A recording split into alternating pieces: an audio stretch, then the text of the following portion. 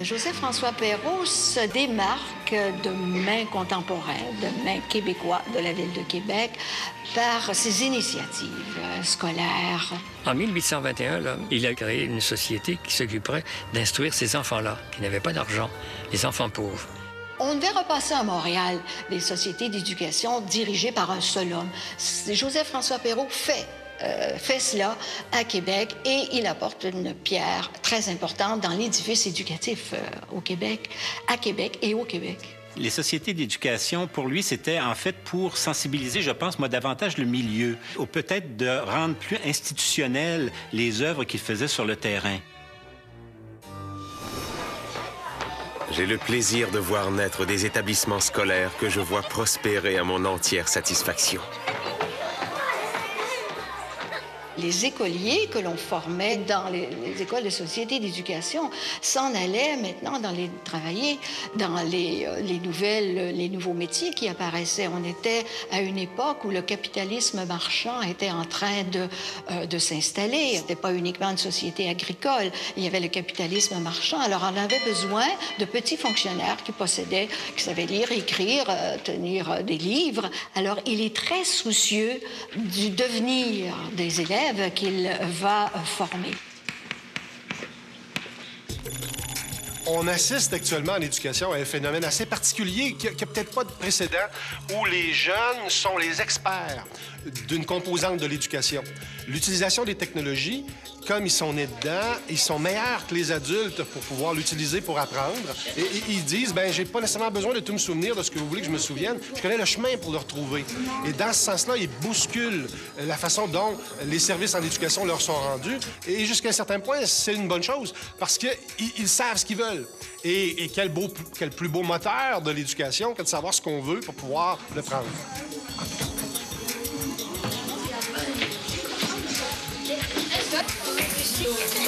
Il a fondé également des écoles de réforme, ce qu'on appelle écoles d'industrie de réforme. Alors ça, c'était pour permettre à ces jeunes délinquants, les enfants de la rue, qu'on les envoie souvent, ils étaient condamnés pour des méfaits. Alors il disait, mais ne les envoyez pas en prison, ça va être la pire des choses. Ils vont apprendre le crime plutôt que apprendre à vivre en société. Alors, en les envoyant dans une école, ce qu'on appelait une école d'industrie ou de réforme, bien, on leur apprenait un métier. Il va faire également fonder des écoles pour les filles. C'est important pour lui que les femmes sachent lire, écrire, apprennent aussi les métiers de domestiques, bien sûr. Il fallait apprendre le tricot, il fallait apprendre un peu de musique, il fallait apprendre ce qu'on appelait les occupations de dames.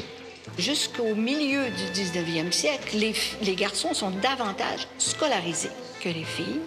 Mais lorsqu'on progresse dans le temps, au long du 19e siècle, les filles vont rattraper les garçons. Et c'est en bonne partie, d'ailleurs, grâce notamment à Perrault, qui accueille des filles dans ses écoles, mais aussi aux enseignantes laïques indépendantes qui ouvrent des écoles pour les filles. Il avait adopté un mode, enfin un style d'enseignement qui permettait, avec peu de ressources, de faire beaucoup.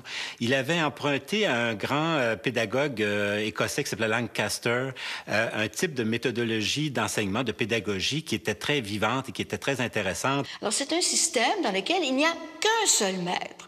Alors, c'est économique, mais le maître va utiliser les élèves les plus avancés comme moniteurs pour transmettre l'enseignement de la lecture, de l'écriture et de l'arithmétique à des centaines d'écoliers. Et c'est comme ça qu'en passant, Joseph-François Perrault a détecté, si vous voulez, le talent de F.X. Garneau, qui sera notre premier historien. Et il était moniteur pendant 2 ans à son école. Et Joseph-François Perrault va l'inviter constamment chez lui à sa bibliothèque. Et puis il va lui donner des cours de latin, des cours d'histoire, des cours d'anglais, de tout ce qu'on veut. Au début du 19e siècle, Perrault bouscule l'ordre établi à Québec. Ses idées sont tellement inédites qu'on va même jusqu'à le qualifier de dangereux individu pour son pays. Donc, on n'aimait pas le système Lancaster qui était justement un peu en marge et qui avait été conçu par des protestants. Donc déjà, ça suscitait une certaine méfiance. Mais le clergé n'a pas les moyens tout de suite de dire, bon, ben non, ces écoles-là sont mauvaises, nous, on va s'en occuper, parce qu'ils n'ont pas les ressources, ils n'ont pas les professeurs. L'Église n'est pas l'Église triomphante qu'elle va être après 1840-50. Après 1840, ça va changer. Là, l'Église va dire, non, non, non, ces petites écoles-là, il faut tout fermer ça parce qu'on va faire des écoles catholiques, hein, françaises et catholiques. Et là, ça va être l'époque des grands collèges classiques aussi et des écoles qui vont être parrainées ou surveillées par le clergé. Le pays manque d'ouvrages classiques. Je dois rédiger des grammaires anglaises, françaises et latines, des vocabulaires, toutes choses que je désire voir enseignées à la jeunesse de mon pays. Perrault, c'est quelqu'un qui se rend compte que la presse imprimée, c'est le grand vecteur du savoir. Bien sûr que l'oralité est là, hein, les professeurs, ils enseignent devant une classe, ils peuvent communiquer une chose, mais c'est par l'imprimé qu'on va séduire, qu'on va apprendre, que l'enfant va être capable de reconnaître les lettres, va faire son propre cheminement. Alors, c'est incroyable la quantité de manuels scolaires que cet homme-là va publier, mais il faisait tout ça à compte d'auteur. Autrement dit, qu'on l'aide ou qu'on ne l'aide pas, c'était comme un impératif, une espèce de pulsion. Il disait, c'est un devoir, il faut qu'on y arrive, il faut qu'on le fasse. Alors, il va faire des abécédaires, évidemment, pour apprendre aux tout-petits à les lettres et apprendre à lire et à écrire. Manuel, justement, de grammaire, manuel d'écriture, arithmétique, manuel de géographie, manuel d'histoire. Vous savez que c'est le premier à écrire un manuel d'histoire du Canada, avant même François-Xavier Garneau. Les jeunes apprennent davantage avec des contenus numérisés. Les institutions, les entreprises, les Google de ce monde ont entrepris la tâche de numériser tout ce qui était dans le papier, dans les livres. Toute cette connaissance-là qui est enfouie dans l'ordinateur change la donne. On passe d'une réalité où les jeunes, les 30 jeunes, regardaient ensemble de façon synchronisée vers le tableau noir, le tableau vert. L'enseignant était là et il faisait la leçon. On passe d'une réalité où chaque enfant, on est plus respectueux de sa façon d'apprendre. Chaque enfant regarde son écran d'ordinateur. On apprend à rassembler les enfants qui ont les mêmes besoins. On en vient à respecter un peu mieux le rythme parce que tout le monde sait qu'en éducation maintenant, c'est pas tout le monde qui apprend les mêmes choses en même temps, au même moment. Alors, de cette façon-là, par la numérisation du savoir, chacun y trouve davantage son compte.